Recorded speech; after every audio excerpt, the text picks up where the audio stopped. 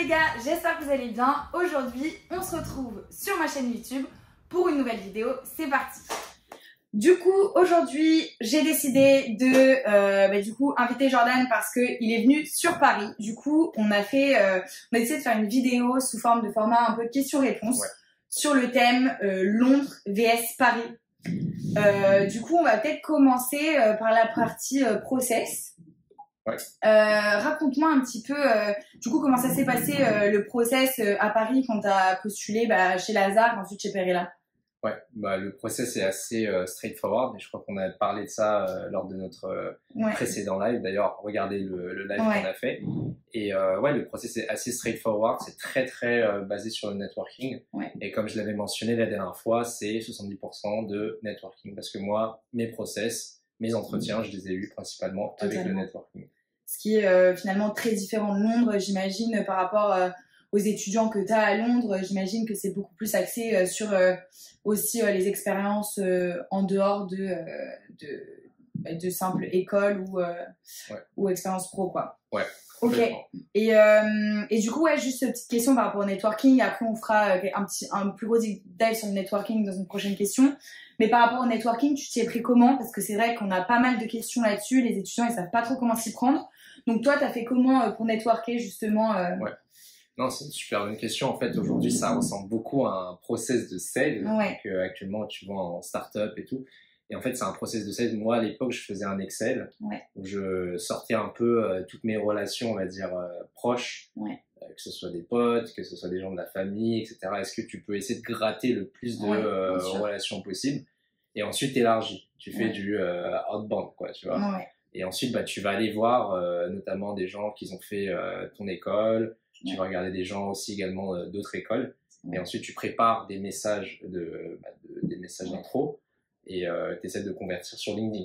Et ensuite, l'idée, c'est d'avoir un call. L'idée, c'est d'avoir un call parce que le call, c'est super important. Tu crées la patte humaine. Bien sûr, Et ensuite, t'essayes. Le point, c'est vraiment de convertir la personne. Donc, en quelque sorte, de convaincre que la personne... de passer ton CV, finalement. Exactement. Surtout si la personne doit passer ton CV, elle doit être convaincue que tu as les capacités. Bien sûr. C'est finalement ça qui va faire la grosse différence. Je pense qu'il y a une différence quand même par rapport aux candidatures spontanées à l'époque où tout passait par les RH. Justement à Londres, toi qui as pas mal suivi les process, moi j'ai pas mal suivi les process. À Londres, peut-être pour la commune française, est-ce que tu peux nous parler un petit peu plus du process de recrutement, en tout cas à Londres? Il est beaucoup plus structuré, comme tu sais. Tu vas faire notamment un screening, CV, lettre de motivation, Higherview, les online tests, etc., qui sont très galères parce que 99% des étudiants, ils sont jetés. C'est sélectif, c'est la partie la plus sélective, je pense. Et c'est trop souvent, d'ailleurs, mis de côté alors que c'est une épreuve restrictive. Donc, totalement. Et ensuite, après, tu vas recevoir un premier call. Souvent, c'est par téléphone maintenant. Soit d'un HR, soit d'un analyste assez junior qui va te poser des questions et ça dure souvent 15 à 30 minutes selon leur disponibilité. Et ensuite, si ça match, tu vas suivre un process un peu plus détaillé. Ensuite, tu conclus par ce qu'on appelle l'assessment center, qui est le dernier tour d'entretien. Ça dépend des banques. Tu as des banques qui te proposent une journée. Moi, à l'époque, je me rappelle, je suis allé faire un assessment center, ça a duré 8 heures. Tu prends l'Eurostar à 9 heures. Ensuite, tu finis à 17 heures. Tu chopes le dernier Eurostar. Tu es complètement éclaté, fatigué. C'est un peu ce que font Lazare aussi. Ils font des entretiens assez longs. Moi, je me souviens que j'avais passé Lazare, c'était 6 heures d'entretien quand même.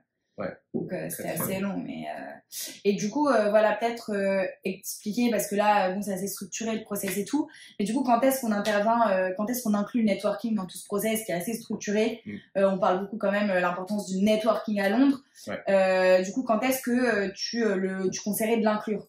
Moi, c'est vrai que je dis souvent aux étudiants, pas forcément besoin de networker au début, parce que quoi qu'il arrive, ça passe par le RH. Alors, on peut avoir des referrals, donc des gens qu'on a contactés, qu'on peut communiquer lors de l'application. Mais du coup, quand est-ce que tu conseillerais vraiment à l'étudiant de se mettre à fond au networking? dans le process londonien. Complètement. Moi, je pense que ce qui est super important dans le networking, c'est qu'à la fin, il ne faut pas oublier ce côté sales. Ouais. Tu ne vas pas vendre quelque chose que tu ne connais pas. Donc, la première étape, c'est de s'informer sur la banque, c'est de s'informer sur les process, c'est de comprendre un peu voilà, les deals qu'ils ont fait, de ne pas arriver en mode touriste, quoi, clairement, et de dire, ok, c'est quoi Morgan Stanley, c'est quoi le M&A. Je suis tombé sur des gens comme ça, ils sont mignons, hein, mais je peux pas arriver... faut montrer quand même un certain intérêt, quoi. Et surtout, en fait, pour moi, le networking, le premier call, c'est comme un entretien. Il faut vraiment le considérer comme un entretien. Sinon, c'est la première approche que tu as avec la banque, en quelque sorte. Même si c'est très informel, il ne faut pas le prendre d'un côté super informel. Non, mais c'est hyper décisif. C'est eux qui vont passer le CV. Et quoi qu'il arrive, je pense que, dis-moi si je me trompe, mais à Londres, j'inclurais, tu vois, plutôt la partie networking quand tu as passé l'Hireview, par exemple. Exactement. Et tes tests, là, tu commences à bombarder sur LinkedIn de messages pour en savoir plus sur le process, les questions, phone interviews, la culture de l'entreprise. Et c'est vraiment à ce moment-là. Et je pense que, moi, peut-être pour ajouter, quand j'ai passé les process pour les summers chez Crédit Suisse, mais en fait, juste après, on m'a demandé de sélectionner les top 4 des équipes que je voulais intégrer. Et c'est vraiment là, à ce moment-là, où il faut networker parce que les équipes te choisissent. Tu vois, le networking, je pense que ça vient un petit peu après à Londres. Et très intéressant, je pense que du coup aussi, par rapport au CV, c'est quand même assez important. Je pense qu'il y a une grosse différence entre Paris et Londres. Enfin, en tout cas, c'est mon avis et c'est ce que j'ai pu observer lors de mes différentes candidatures. Toi, quand tu as postulé à Paris... quand tu as intégré Lazare, est-ce que tu avais des expériences, est-ce que tu avais juste Dauphine sur le CV, enfin, tu vois, est-ce que la différence que tu vois vraiment entre quand tu candidates à Londres et quand tu candidates à Paris? Ouais, je pense qu'à Paris, ils font quand même énormément gaffe à l'expérience. Je pense que tu peux confirmer avec moi. Et moi, à l'époque, Lazare, si j'avais pas de stage très solide, c'était quand même très, très compliqué, tu vois. Bien sûr. J'ai eu beaucoup de chance. On m'a intégré chez Mediobanca, qui est une banque italienne. Et voilà, j'ai eu ma chance. Ils voulaient des stagiaires qui étaient en deuxième partie de césure ou fin d'études. Et des fois, il faut aller un peu au culot. Et je pense qu'en France, le plus compliqué, c'est pas le deuxième stage de M&A, c'est le premier. Ouais, c'est le premier. C'est celui qui va t'ouvrir toutes les portes, finalement. Donc voilà, pour répondre à ta question sur le CV, je pense que Londres, tu peux en parler sur cette partie-là. Ouais, franchement, Londres... alors moi, c'est vrai que quand j'ai postulé, déjà les Spring... je l'ai pas mal expliqué déjà dans mes vidéos, mais c'est en fait des programmes d'introduction de entre 3 et 5 jours pour des étudiants qui n'ont pas forcément un background dans la finance, donc ils sont vraiment axés sur la diversité. Moi, quand j'avais fait mon premier événement networking 3 jours avec SEO London, il y avait plein de gens qui étaient en géographie, histoire, géopo, médecine, qui au final ont eu des super spring et super summer d'ailleurs. Et en fait, moi, sur mon CV, j'avais énormément mis en avant... le fait que j'avais fait du sport de haut niveau, que j'avais fait une charity. Désolée, c'est horrible quand on fait les petits mots anglais-français. Mais du coup, du volontariat, pardon. Une asso à l'EDEC. Donc franchement, j'avais mis ça en avant, même des petits jobs, c'est important. Il y a un étudiant à la dernière fois qui m'a dit « Ouais, mais j'ai fait barman et tout, est-ce que tu penses que je le mets ?» Typiquement, oui, c'est des choses. Et même, j'avais cette remarque chez City, à Paris. Il m'avait dit, est-ce que tu avais des jobs d'été? J'ai dit, ouais, j'étais barman, mais bon, je voyais pas l'intérêt de le mettre sur le CV. Ils m'ont dit, si, c'est hyper important parce que c'est pas un métier facile. Tu bosses la nuit et ça montre que t'es motivé. Et c'est ces petites expériences-là qui peuvent faire la différence. Et en tout cas, c'est beaucoup plus valorisé à Londres. Et c'est surtout ton storytelling, quoi. Bien sûr. Tu te dis, voilà, je suis pas parti en vacances, faire la fête avec mes potes. C'est ça. J'ai décidé de faire un boulot d'été et tout. C'est exactement ça. Ils veulent des gens motivés, déter. Après, forcément, on fait la fête en M&A, faut pas croire, mais voilà. C'est vrai qu'au début, je cherche vraiment des gens qui sont déter, qui sont là pour bosser, parce que y a énormément de concessions à faire. Donc ouais, totalement d'accord avec toi. Ouais. Donc là, moi, je vais retourner un peu le concept, parce que c'est un nouveau concept sur ta chaîne. C'est à moi de te poser des questions. Et sur cette partie-là, je vais te poser quelques questions sur les avantages et les inconvénients. Parce que pour donner un peu de contexte, moi je suis resté à Londres, ça fait 4 ans et demi que je suis à Londres, et toi t'es retourné à Paris. Donc l'idée c'est de savoir un petit peu, déjà on va parler un peu de boulot, même d'application en général, parce que c'est le sujet. Toi tu penses en termes de compétition, niveau de compétition ou niveau de difficulté, Paris versus Londres? Alors, il y a 2 points. Donc, c'est sûr qu'à Londres, pour moi, c'est clairement le hub de la finance. Donc, il y a beaucoup plus de demandes, beaucoup plus de candidatures. Quand je vois les summers... Même après le Brexit? Ouais, franchement, pour moi, Londres... Alors, c'est vrai que Londres, je trouve qu'ils ont beaucoup plus démocratisé le fait de recruter, par exemple, des étudiants français, qui faisaient beaucoup moins avant, pour la simple et bonne raison que lorsque les bureaux vont petit à petit se délocaliser dans les... Donc à Paris, Milan, Munich, etc., Francfort, peu importe. Du coup, ils vont envoyer les étudiants qui étaient français, italiens et tout dans le pays d'origine, on va dire. Mais par contre, oui, pour moi, Londres reste le hub de la finance. C'est clairement l'entrée, enfin, quand on voit Londres, c'est clairement comment dire, c'est le rêve pour un étudiant d'aller faire son stage, avoir son expérience en finance à Londres. Et forcément, il y a plus de compétition. D'autant plus avec le Brexit. Aujourd'hui, il faut un visa, le sponsorship, ça coûte cher, c'est hyper long. Enfin, moi, avant d'obtenir mon visa, j'ai attendu 6 mois, donc c'est une galère. Donc d'autant plus compétitif pour avoir un stage. Donc ouais, clairement, je sais même pas combien de candidatures. Je crois que la dernière fois, en summer, il y en avait... Enfin, je crois que même en spring, ils avaient déjà reçu genre 15 000 candidatures, un truc comme ça, voire plus. Donc clairement, oui, donc pour moi, c'est beaucoup plus compétitif, d'autant plus avec le Brexit. Paris, c'est compétitif en termes de l'école et l'expérience professionnelle. À Londres, je pense que tu as plus de chances, même si tu n'as pas d'expérience. Mais par contre, tu te retrouves face à énormément de candidats, donc il faut savoir stand out. Tandis qu'à Paris, bon, faut avoir l'expérience et il faut avoir parfois l'école qui aide pas mal. Ouais. Et le réseau. Ok, bah, très clair. Et en termes de... Parce que là, on parle beaucoup de stages. On parle beaucoup de stages. Et en termes de CDI, ou vous appelez ça en Angleterre full-time, c'est quoi la probabilité de succès, de conversion? Parce que là, c'est super important, parce que l'idée de faire un stage, même l'idée de faire de l'école, c'est de convertir sur un CDI. Ben, franchement, donc voilà, à Londres, il y a peut-être plus de compétition, mais par contre, le taux de conversion est énorme. Alors déjà, je trouve qu'à Londres, avec les différents programmes, donc Spring, Summer, bah, tu vois, ils donnent déjà l'opportunité à des étudiants qui sont hyper jeunes d'avoir accès à ce monde-là. Moi, j'ai commencé en CDI chez Crédit Suisse. Il y avait des gens qui commençaient en CDI, ils avaient 23 ans.